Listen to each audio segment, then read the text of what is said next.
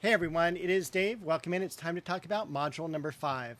So we're almost done with the class, and in this material for the week, we've got a lot of different artistic mediums we're going to be looking at.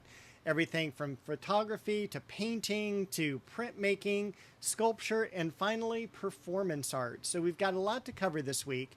As far as the projects go, this is the week that the museum visit is due. Technically, you do have all the way into the end of the semester to complete that project. So the sooner you do it, the better. As far as the presentation goes this week, we have a research paper and presentation.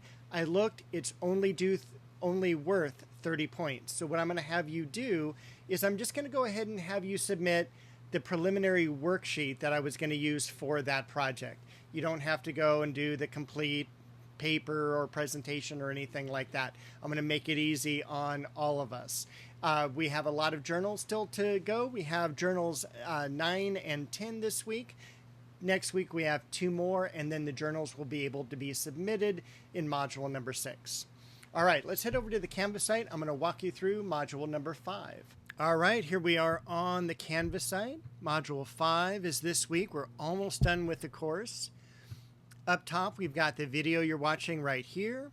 Underneath that, our first lecture is on photography. We'll take a look at the further exploration section.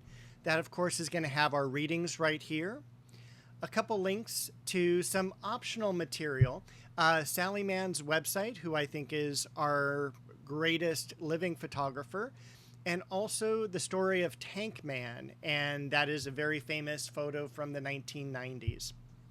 A couple videos that are really essential to watch would be the daguerreotypes video here. Also, how to create a camera obscura. The other ones I would like you to watch, but they're not essential. And then the bottom one is on mourning photography or photography of the dead. That is an optional video. This was a photography exhibit over at Cal State Fullerton many years ago, probably 10 to 12 years ago now. After that, we have painting. Painting is a pretty easy further exploration section. A little watercolor video here, a couple short readings, and we're done with that material. One that has some very important further exploration videos is on printmaking. We've got a couple short readings here. But for the videos, each of these walks you through one of the 5 printmaking processes that I talk about in the lecture. So we've got relief, intaglio, lithography, silk screening, and monotypes. Those are the 5 processes that I discuss, and it's really important to actually physically see how these processes work.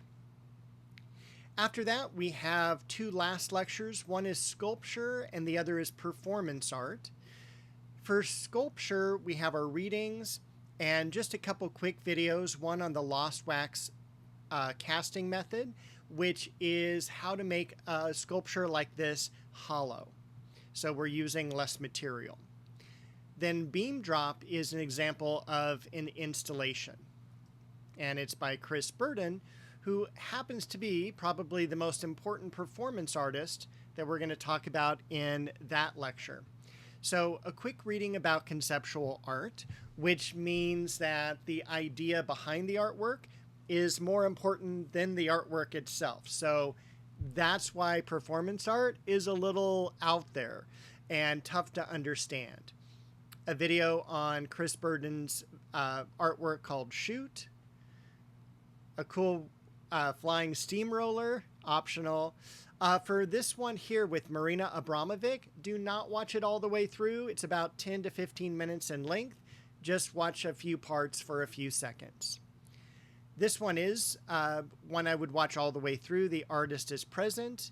And then this is a video about her ex-boyfriend, Ule, who is this guy here that they're yelling at one another. So there's also one more link here, which is a Vimeo link to an artwork that is inspired by Marina Abramovic, but that is optional. Okay, there are 2 projects and then the journals. Let's jump down to the journals. Journal 9 has you sharing a photographer with me. You cannot use one from the lecture, so make sure you watch the lecture early on in the week. What I want you to do is choose one that you think is important or impactful, and then also that you share the same culture with. In this case, culture is going to go beyond race and religion. It's something that we collectively share with the, in this case, photographer. So it could be anything from your interest in cars or sports or things like that. So whatever you're very, very passionate about in life, you have a whole world of photographers out there. There is one photographer that I will guarantee is linked to your interests. Make sure you are choosing a professional photographer. You'll mark this as journal entry number 9. Here's a past student example. Person's concerned about environmentalism. And you have to use something that is also beyond something that is just commonplace. And what I mean by that is we're all interested in having a clean environment. But this guy goes a step further. I do beach cleanups. I'm majoring in marine biology. He's very passionate about this subject. So it can't be something universal would probably be the best word. Okay? So connect something you're passionate about, and you also have to prove your side of the passion. All right, let's head into journal number 10. For journal number 10, I want to have some fun. I'm going to have you create some origami. You get to choose the animal you want to create. I'd probably try to create something fun like an elephant or an alligator or a crane or something like that.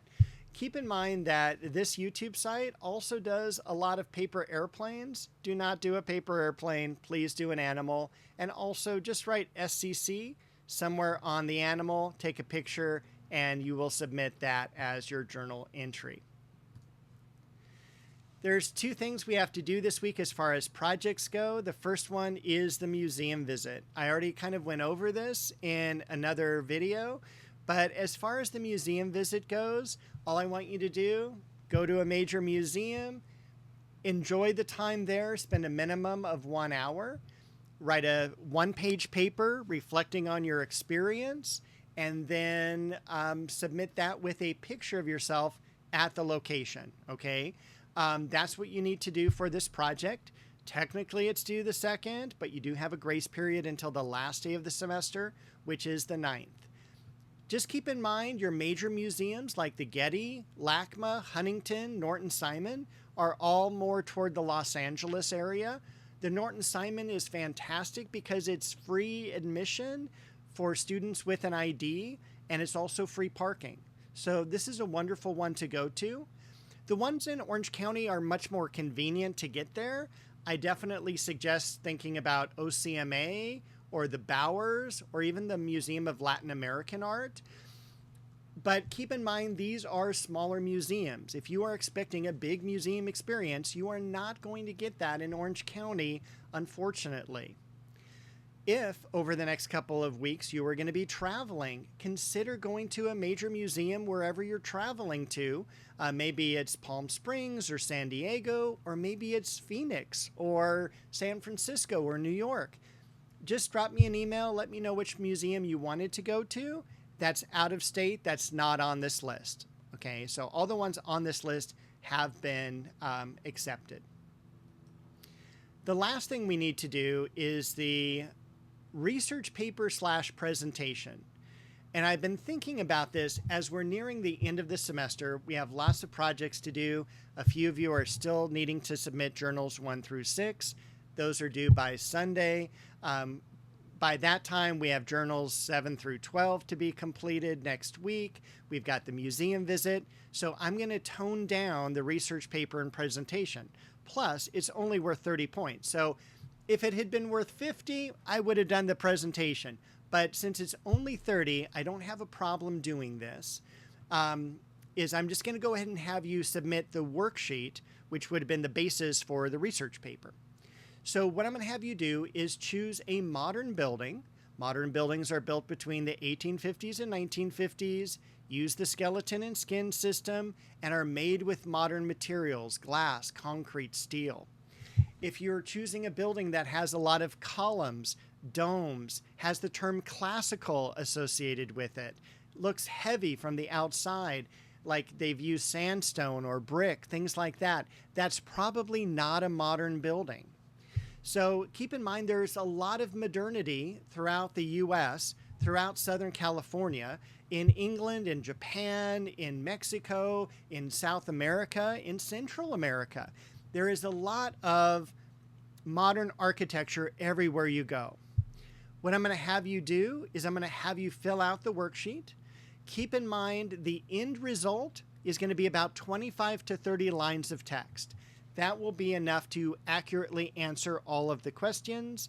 And then I will show you as well, you've got to keep in mind that not all the questions are going to have the same length of answer.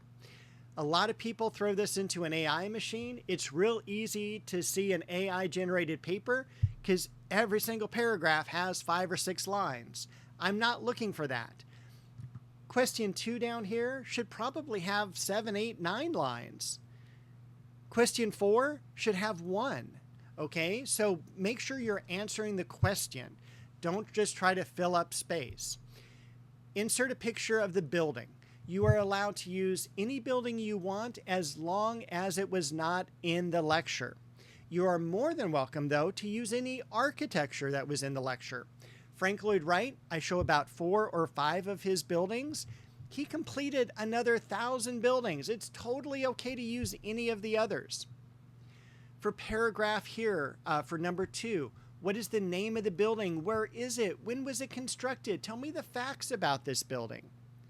Question 3 has you talking about the architect or architects, or maybe it was a firm. Make sure you compare and contrast this with other works that they did. The major construction materials. Again, only a sentence is needed to talk about glass, steel, and cast iron. What makes the building you chose modern? Depending on when it was built, maybe it's part of the prairie style architecture. Maybe it's international. Maybe it's Art Nouveau if it's from the early 1900s, or maybe it's streamlining if it's from the 1930s. Finally, spend some time with why you chose this building instead of all of the others. What drew you to it? And then lastly, because this is a research paper in quotes, I need you to list your sources. So it has to be an academic level source. Most of us are going to use websites. Please link to those websites. And that's all you have to do. Easy way to make a hyperlink is like typing in like Frank Lloyd Wright Foundation, for instance, and then highlighting it and hitting Command K should open up a hyperlink window. You can also right click and then go down to hyperlink. So either way will work. And I think that is everything for this week. I will be back shortly to tell you about our final week together, which is module number 6.